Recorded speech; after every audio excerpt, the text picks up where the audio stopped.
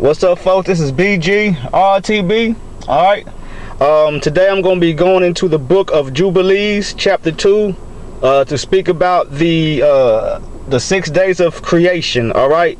In my Book of Jubilees, above Chapter 2 and Jubilees, it says the description of 6 days of creation. And what I'm going to do, I'm going to read it. I'm going to talk about it while I'm reading it. Alright, because this explains more in depth the creation. Alright. Jubilees chapter 2. And the angel of the presence spoke to Moses by the word of the Most High, saying, write the whole account of creation, that in 6 days Yahuwah your Elohim completed all his work and all that he created. And he observed a Sabbath the 7th day, and he sanctified it for all ages, and he set it as a sign for all his works. Alright. For on the first day he created the heavens which are above, and the earth, and the waters, and all of the spirits which minister before him, the angels of the presence, the angels of sanctification, the angels of the spirit of fire, the angels of the spirit of the winds, and the angels of the spirit of the clouds and darkness and snow and hail and frost, and the angels of resoundings and thunder and lightning, and the angels of the spirits of the cold and heat and winter and springtime and harvest and summer, and all the spirits of his creatures which are in heaven and on earth. And he created the abyss and darkness, both evening and night, and light, both dawn and daylight, which he prepared in the knowledge of his heart. Then we saw his works, and we blessed him and offered praise before him on account of all his works, because he made 7 great works on the first day. Okay, so right here on the first day of creation, all right, he created the heavens and the earth and all the different angels and the waters and the abyss, darkness and light, evening and morning, and all that.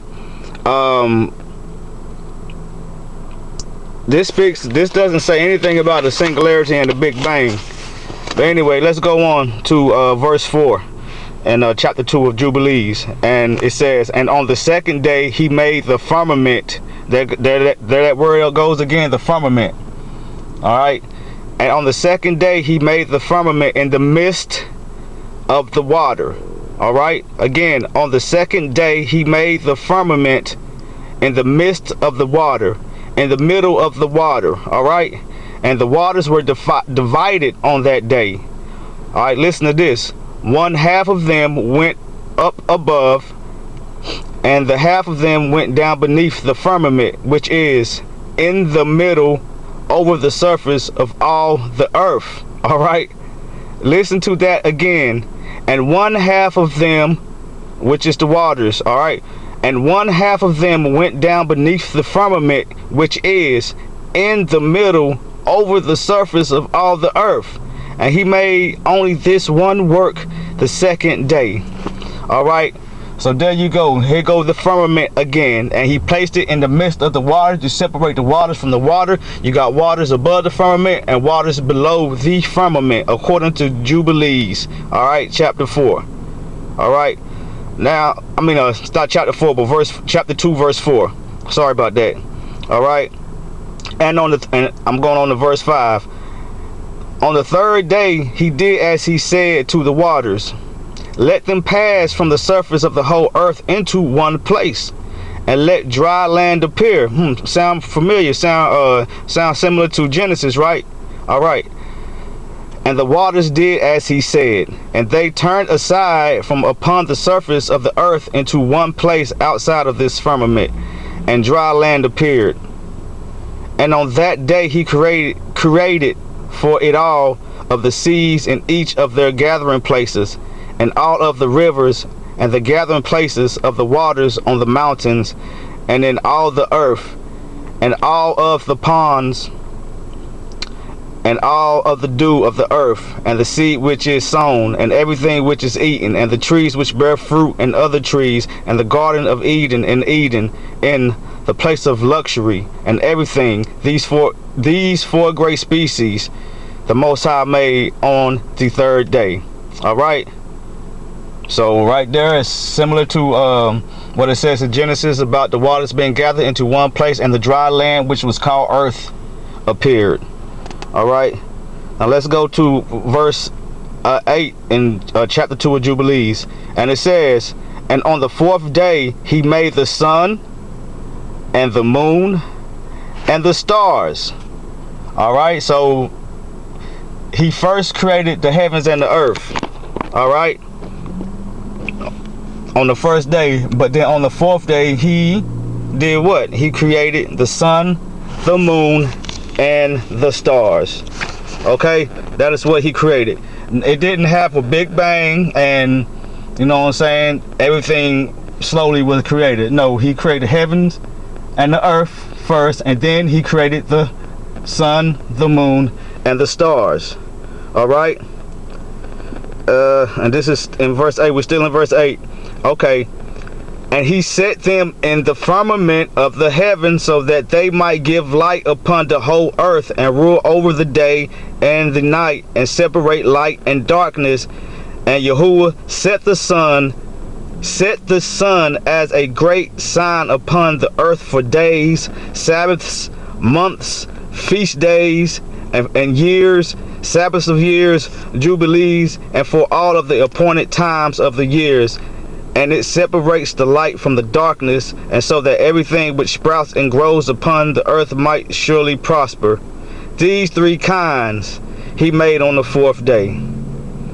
Okay, so right there, this is another ancient book that states that what we're taught in schools today is completely wrong. And this Book of Jubilees is mentioned in the Bible, and the Book of Jubilees sound just like, well, the Jubilees chapter 2 sound just like Genesis chapter 1. All right. If you believe in the Bible, you will know that in the beginning, the Most High Yahuwah created the heavens and the earth. All right. You must know that. You must understand that it was no big bang, and you cannot assign the big bang to the Most High, because that is not what he said. All right, that is not what he said. You cannot assign that to him. What you assign to him, or what you recognize that he did, is what it said he did in the Bible. You know what I'm saying? He created the heavens and the earth. And beginning, the earth was void. It was formless and void. And the Spirit of the Most High was hovering over the face of the deep, which is the waters. And then he said, let there be light. And he saw the light, and he saw that it was good. All right, and he separated the day and the light. You know what I'm saying? Day one. So, day two, what did he do? He placed the firmament in the midst of the waters, and separated the waters from the waters. So there'll be waters above the firmament and waters below the firmament. All right. And what did he do after that? He told the waters to gather in one place, so the dry land may appear, and he called that land earth. All right. Then what did he do next? What did he do? What did he do? He created, on the day 4, he created the sun, the moon, and the stars, and did what? Placed them in the heavens, or placed them in the firmament. All right. According to the evil doctrine of evolution, or the Big Bang Theory, that it was nothing, and the singularity appeared and exploded, and everything just came to being. That's not what happened. Now, you might not agree with me with what I'm saying, and that's fine, because this is what the Bible says. You know what I'm saying? The Bible says nothing about the earth doing all the things that we were taught in school. And believe me, yes, we're gonna go deeper in this. I know a lot of people might think that flat earth or biblical earth is a distraction, but it's not, because you know what? In the very beginning of the Bible, they tell us one way. It tells us one way how everything was created, but in school it tells us something different. It tells us the Big Bang Theory. It tells us evolution. It tells us we came from monkeys or single cell organisms and stuff like that. It said we evolved.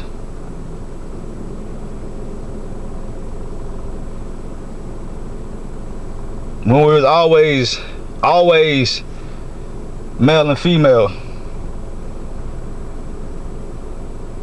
It was always human. We did not come from monkeys and cavemen and all that. Alright? The truth is not a distraction. Alright? As I was saying before, if you can't believe the beginning of the Bible, if you can't decipher that there's something going on in the school system that is contradicting the Bible, you should know that what we're being taught is wrong. And it is, and everybody should know, because if you find out that they are lying about creation, your mind will be open to all other things. The very first part of the Bible was twisted up in different doctrines, where people just overlooked what was said in the Bible and just listened to what was in school. You know what I'm saying? Which is not really the way to go if you're following the Most High. But anyway, like I said, we're going to do more videos showing the importance of why we should know how the earth was really created, because the truth will set us all free. I'm going to continue on. I know I did some other videos, so I wasn't going to talk about it no more, but I can't stop it. I can't help it. But I'm doing it biblically, do the Bible biblically. I can't even say it right. But anyway, I'm trying to do it the right way, through the word of the Most High. All right, because that's what I believe in. That's what we teach. All right, so that's it. Be back to you soon, talking about some more of this flat quote-unquote earth. I call it biblical earth, because I really don't know what this place is, but I know it was created by the Most High Yah. So that's it. BG signing out. Book of Shalom.